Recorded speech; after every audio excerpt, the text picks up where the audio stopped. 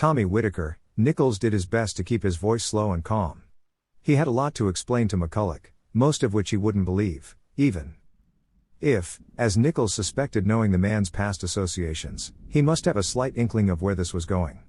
Like you, Larry, has underestimated. Whom he has double-crossed. Double-crossed? Christ, the list was endless, but something at the back of Larry's mind dragged him back to a cold Eastern European night last year. Back to 6 lost souls standing in a Polish field awaiting their fate. That and been a double-cross to end them all. And that had been the start of all this. Hadn't it? When he thought about it. That had been the straw that broke the camel's back and had sent him running at Whitaker's behest into the arms of what he had thought at the time was the government and his long hoped for Queen's evidence trump card. Mind you, Nichols said, dragging Larry back to the matter at hand. If he was as agitated as you say, then perhaps he was had a glimpse at what he has gotten himself into. In many ways, now that you are under our protection, if you choose it of course. Whitaker is now the key in all this for those who want you are concerned. After all, it would be better for him to turn you over to them if they ever get their hands on him. Larry grunted at the thought of Whitaker spilling his guts to his enemies. I've no doubt that guy would turn me over in a heartbeat if it would save his. Sorry neck, Larry said plainly. But he doesn't know where I am. He glanced over at Peroni, who had perched herself on the sofa's arm. Or at least, I don't think he does. This one little more than a slight raise of the eyebrow. From the stoic Italian. And you have no idea where he might be? Nichols asked. In a nut house for all I know, Larry replied. But don't worry about Whitaker. No one will find him. He's even more paranoid than me. He added bitterly. The priest frowned. Oh, they will find him, I'm afraid. It was a fact plainly stated. Larry looked at his face for any sign of doubt. And thus hope, but looked at his feet again, seeing none. And when they do, they'll find you. The priest added, his tone solemn. The words weighed heavy on Larry's already overburdened shoulders. His head was pounding again at all the bottled-up stress that threatened to split his skull, but a smile found his lips all the same as it occurred to him that he might actually have a heart attack right then and there and die on the spot. That would be irony in the brightest Las Vegas neon lights.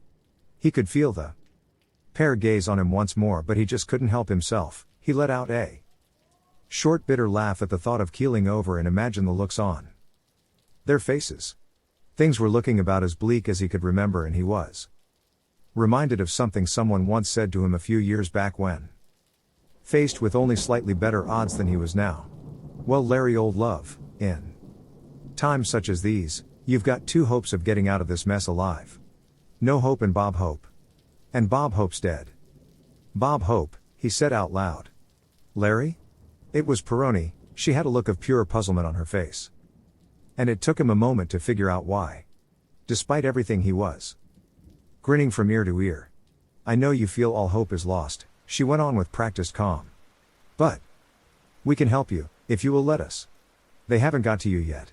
They, Larry snapped and was on his feet before he realized it. And it made his head swim, and wiped the grin, manic or not, off his face and replaced it with a scowl. Just who the hell are they anyway? He asked. Enough of all this cloak and dagger shit. Is somebody actually going to tell me who the hell you people are? Peroni was on her feet now. Hey, Larry, calm down, she said firmly. It's this so-called cloak and dagger shit that's kept you alive this long. She dwelt on the word shit as if enjoying swearing, something Larry realized he had never actually heard any of them do before. Anya, please, Nichols said softly, and still sitting, gently took a hold of her arm. She nodded and pulled away, turning her back on them both to compose herself. We had to let it be known you were with the police, to perpetuate the whole Queen's evidence thing. He gestured for Larry to sit, which he did. Just cut to the fucking chase, Larry said. What the fuck have I gotten myself into, and who the fuck are they?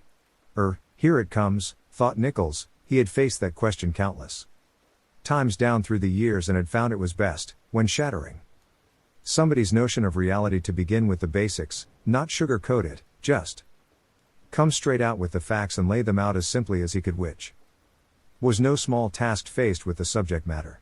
Perhaps we should wait for the tea, he said. Fuck the tea, Larry snapped. He heard Peroni tut at his language, which gave him no small satisfaction, but the priest didn't bat an eye, which was a little disappointing. Very well, Nichols said. Tell me, have you ever heard of a man, and I use the word loosely, called Randall? Larry's breath caught in his throat and the sweat on his back turned to ice. Water. He did his best to nonchalantly clear his throat. This is about Poland. Isn't it? The priest nodded. That whole episode was low, even for you, Larry. I mean, people trafficking? Larry couldn't think of anything to do but shrug. It wasn't something he was particularly proud of, but in principle he had nothing against people trafficking per se, except that it presented extra risk to the trafficker. After all, drugs or stolen goods can't give the police a detailed description of you or pick you out of a police lineup, can they? People had an annoying tendency to do that. Poland, fuck. He had always known that little jaunt would be the death of him. Randall? So you have heard of him? The priest asked again. Larry shivered. He felt as cold as he had done when he was in that God-forsaken country. Yes, he knew the name, or at least the reputation attached to it. The Yank? Sure, he's a hit man, isn't he? Larry asked. Nichols looked grave. I'm going to need you to keep a tight hold on your suspension of disbelief here, Larry. Go on. Larry felt fit to pass out. Maybe a heart attack wouldn't be such a bad way to go out. No, Larry, he's not a hit man, Nichols said plainly. Randall is a soul collector. Now, contrary to what you might think, the life of a soul collector isn't all fun and games. Of course, there is the odd epic battle between the forces of good and evil, resulting in its fair share of death, destruction, and the always popular suffering. But mostly it's a mundane existence, consisting of months of plotting and planning, or simply waiting for the events you have set in motion to unfold. And the results, it has to be said, are quite often a letdown. There is, to put it bluntly, a significant amount of downtime. A fact Randall found out quite early on, much to his chagrin. The job, he had been told over and over again, was to cause as much minor mayhem as possible, to upset the balance of things. Move quietly through people's lives, reaping only when and where it will go unnoticed too. The world at large. People don't believe in demons and monsters, and it has to stay that way. Stick to the rules, collector, they would say. Anonymity is our greatest ally. The general rule of thumb, as Randall liked to interpret it, was to do whatever the hell you like, just as long as you get the soul at the end of things. And whatever mess is left behind can be explained away, no matter how tenuously, by the wonders of modern science. And in this case, standing in the late Mrs. Mullen's kitchen, he'd done just that. Okay, so it had been a touch on the messy side. Even Randall had been surprised at the vigor the usually meek Mr. Mullen had shown when hacking his wife to death. She had been a big woman, but even so, that was a lot of blood. He had to tiptoe out to avoid standing in it, thus leaving telltale footprints. Climbing the stairs, Randall heard a thud from one of the bedrooms. Job done, chalk one up for the bad guys, he thought. And sure enough, when he went into the room at the top of the stairs, the former Mr. Mullen was hanging from a makeshift noose over the chair he'd just kicked over, where he kicked and chalked for a moment, before his life finally gave out. That was another thing that disappointed him about being a collector. When a soul leaves the body, destined for good or evil, nothing happens. Where was the light show? The celestial choir or the screech of hell spawns? Nothing. Randall remembered his very first soul collection. Talk about an anticlimax. Is that it? Very poor. Are you pleased, master? The voice was ethereal, coming from behind him in the corner of the room. Randall turned to face his fading creation. The succubus, sitting against the wall with its knees drawn up under its chin, was already starting to dissipate, returning to the smoke from which it had been formed some 3 weeks earlier. Randall nodded. Yes, you did well, you can sleep now. And so, content at a job well done, the succubus faded away before his eyes. Now that, Randall thought, was a work of art. Although he'd never tried a succubus before, it had worked perfectly. It was a classic scenario: mild-mannered middle-aged husband, loving wife, nice suburban setting, into which Randall had introduced the succubus. Then it was just a matter of standing back and wait for the fireworks. Over the past 3 weeks the succubus had worked her feminine charms on Mullen, visible only to him, and it was a deception he'd taken to with an almost indecent haste. She turned everything he had loved about his wife on its head, with whispered flirtations and promises of undying passion, if only they could be rid of her. All those little faults he had once thought endearing now grated on every nerve ending, even the sound of her sweet voice raised his hackles towards the end. Until finally, just 10 minutes ago, he'd finally snapped. And the reason for his murderous rage? An undercooked hard-boiled egg. That had brought a smile to Randall's face, he had to admit. With the mission accomplished, and any evidence of otherworldly intrusion literally disappearing up in smoke, it was time to get gone.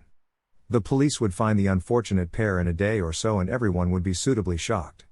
It would probably run in the local press for a couple of days, then die a death when the next tragedy of the week came along.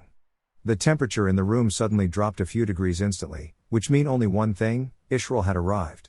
His/hers/its, Randall had never been quite sure, but we'll stick with him for now. Arrival was always heralded this way, followed a little too closely by that ever-present sulfur smell. He could feel the pressure in the room change as the demon appeared behind him. "I was beginning to think I'd lost you, Israel," Randall said without turning around. He watched as the last of the succubus faded away.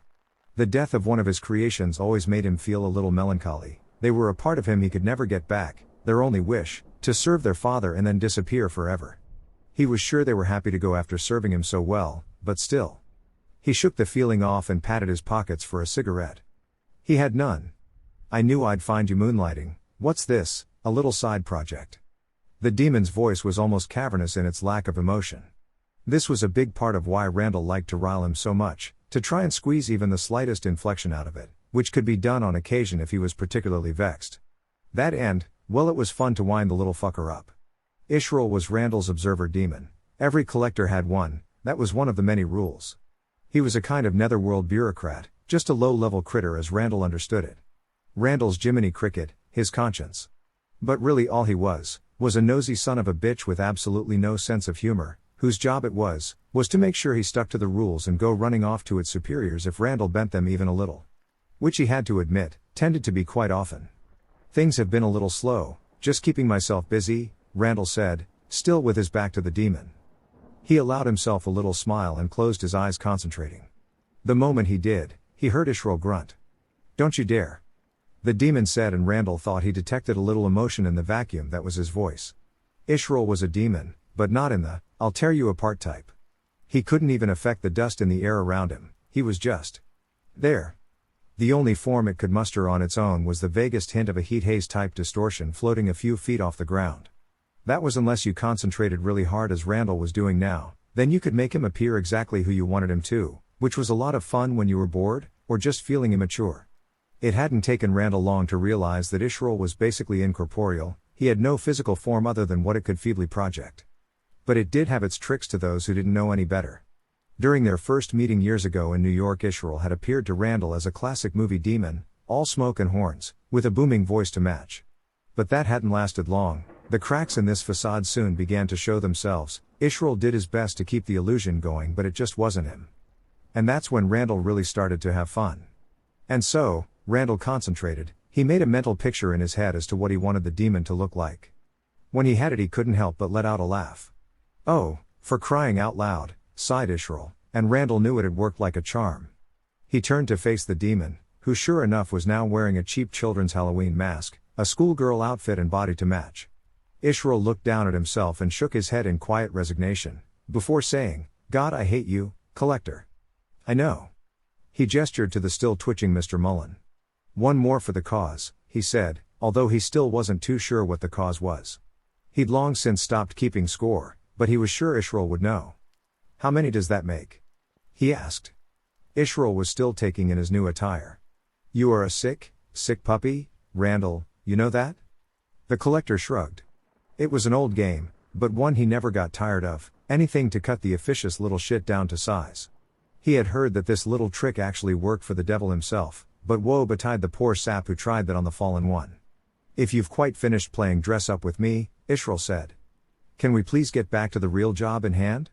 "Not this little," Israel swept his schoolgirl hand around the room, interlude.